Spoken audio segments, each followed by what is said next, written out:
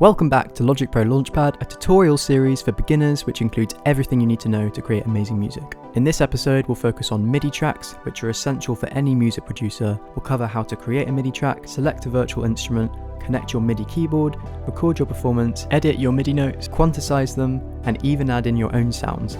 Let's jump right in. Firstly, let's create a MIDI track. So you need to go to Track in the top menu and select New Track. Choose MIDI and choose a virtual instrument of your choice from the library.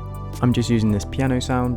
To browse the sounds, you can click on the library button on the left side of the screen, and you can filter by categories like synths, drums, and more.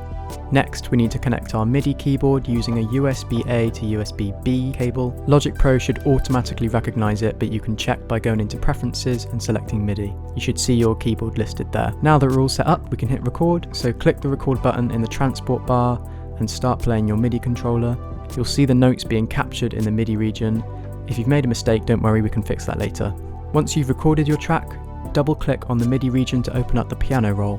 Here you can adjust the velocity of each note by dragging the velocity bars up or down.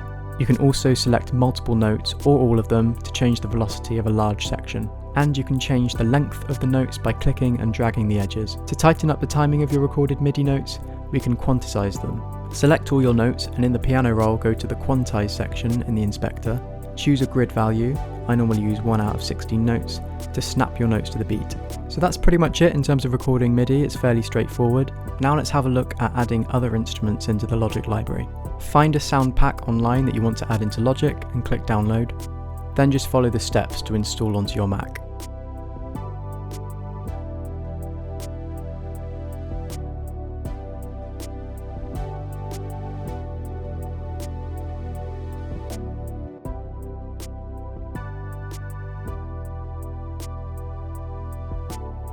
Then you can open up Logic, make sure software instrument is selected under MIDI, click the drop down under instrument, and you should find your downloaded sounds here.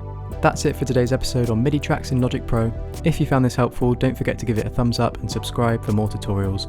Please feel free to leave any questions in the comments below, and I'll see you next time.